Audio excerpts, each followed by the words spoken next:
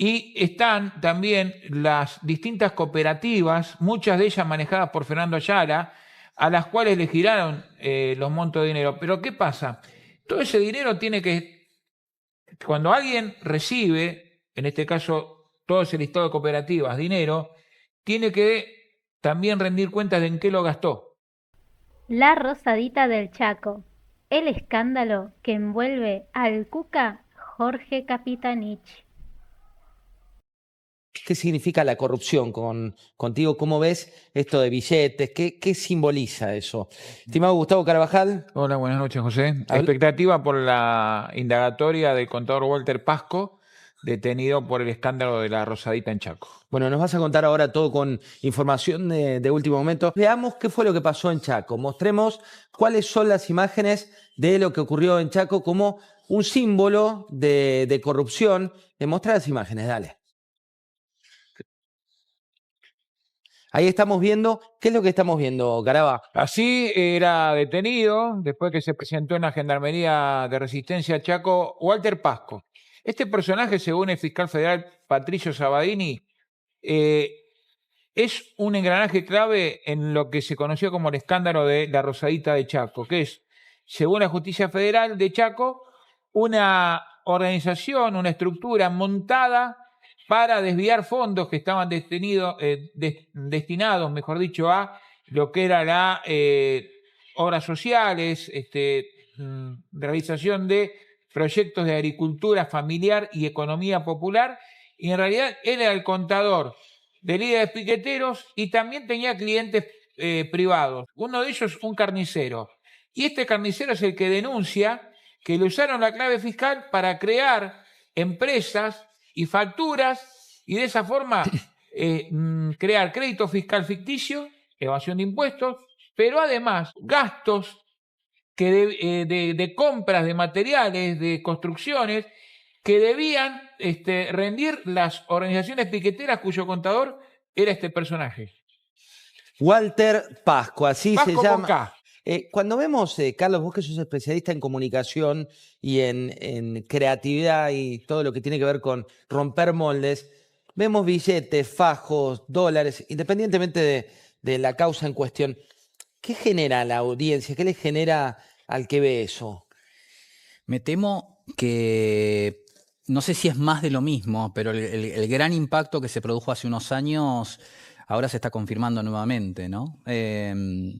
Creo que nosotros ya tenemos como incorporado la idea de que hay un submundo en el cual corre constantemente esto, ¿no? Y que de vez en cuando salta. Probablemente habría que ver qué sucede específicamente en la provincia y cuánto impacto tiene en la provincia. Para agregarle a esto, el próximo domingo hay elecciones en Chaco, elecciones legislativas provinciales, donde se enfrentan los candidatos del legislador Cedero, que es radical, que va aliado con los libertarios, y se enfrenta a los candidatos de Jorge Capitanich, el gobernador que estuvo durante muchos años en Chaco. Bueno, esto se da en ese marco. Esta semana va a haber también, José, un debate entre los candidatos. Obviamente este tema está con mucha ebullición en Chaco y será seguramente uno de los temas principales, sobre todo teniendo en cuenta que hace 2 años atrás, cuando fue la elección a gobernador, también había estallado el tema de Merenciano Sena, ¿te acordás, José? Lo cual tuvo también impacto en las elecciones, primero en las PASO y después en las generales. Así que esto se da en ese marco, una causa policial que obviamente en lo político impacta y mucho, y el domingo veremos los resultados. Bueno, y eso en un contexto en el cual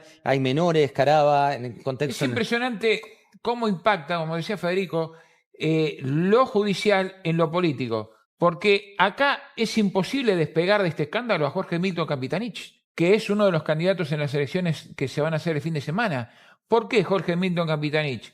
Porque era el gobernador de Chaco cuando en 2021 se creó el Instituto de Agricultura Familiar y Economía Popular, que estaba presidido por Mario Andión.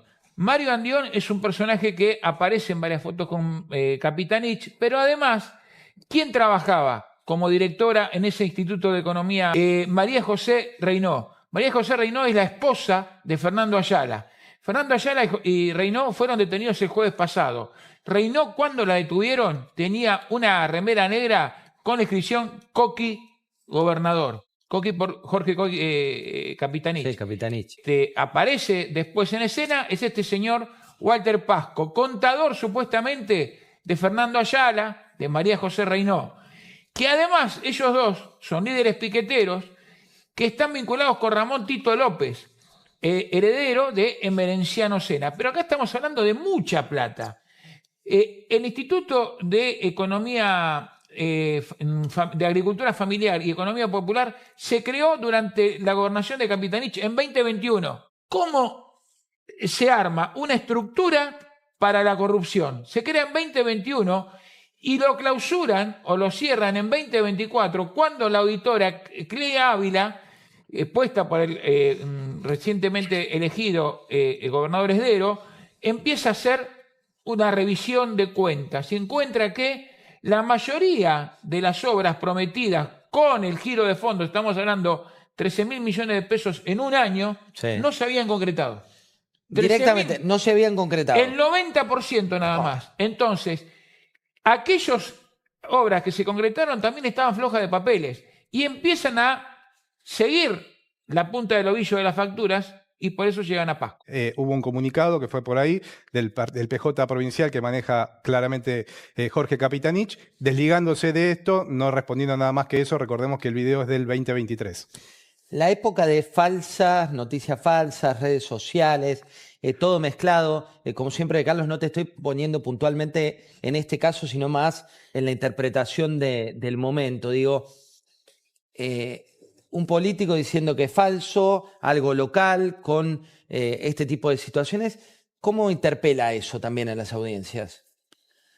No, primero creo que la credibilidad del político diciendo que es falso es bastante poco creíble, justamente, ¿no? Valga la redundancia. ¿Sí? Mostrar las imágenes de los símbolos de la corrupción y le voy a preguntar después a Federico cómo es la trazabilidad del dinero dentro del mundo financiero formal, ¿no? Hablábamos por un lado de Milagro Sala.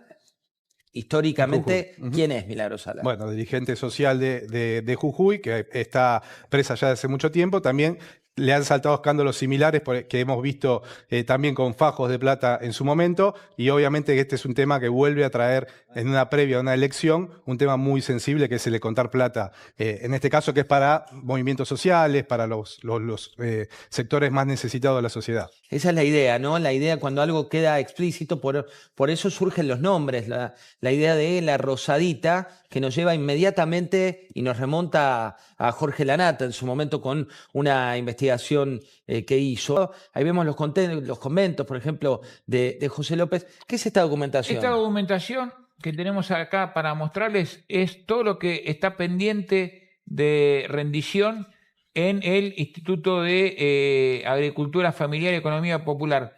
Y están también las distintas cooperativas, muchas de ellas manejadas por Fernando Ayala, a las cuales le giraron los montos de dinero. Pero ¿qué pasa?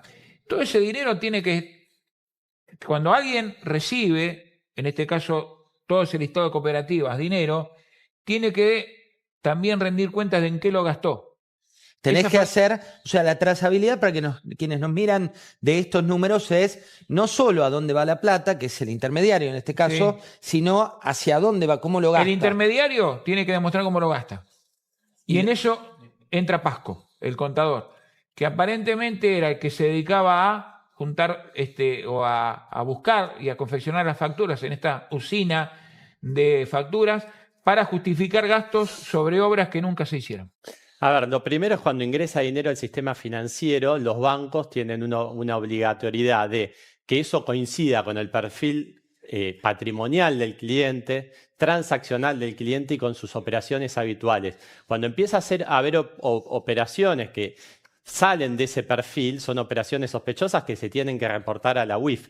Y todo lo que está dentro del sistema formal queda totalmente registrado. Por lo tanto, son operaciones fáciles de poder seguir y dar una trazabilidad. Alfredo, hablamos de Chaco, que es una de las provincias, junto con Formosa, más pobres de la Argentina. Sí, te digo, no lo llamativo, lo doloroso que cuando ves estas denuncias, claro que estamos hablando no cualquier provincia argentina, sino todo el noroeste, el nordeste argentino, son zonas más golpeadas económicamente, no es de este gobierno, sino bien atrasado, y que en el tema del consumo, la economía, también muy marcados por la economía en negro, esa idea de lo obsceno que a veces resulta ver efectivo, también se explica que es contrapartida, que es una economía con altísimos niveles de informalidad.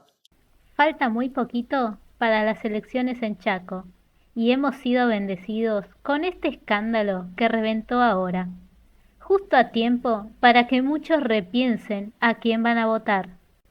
En una de las provincias más carenciadas de Argentina, los líderes políticos y sociales aprovechan la falta de herramientas, información y acceso a la verdad que tienen los habitantes para sorberles hasta la última gota de oportunidades. Las investigaciones están corriendo rápidamente y van cayendo los involucrados.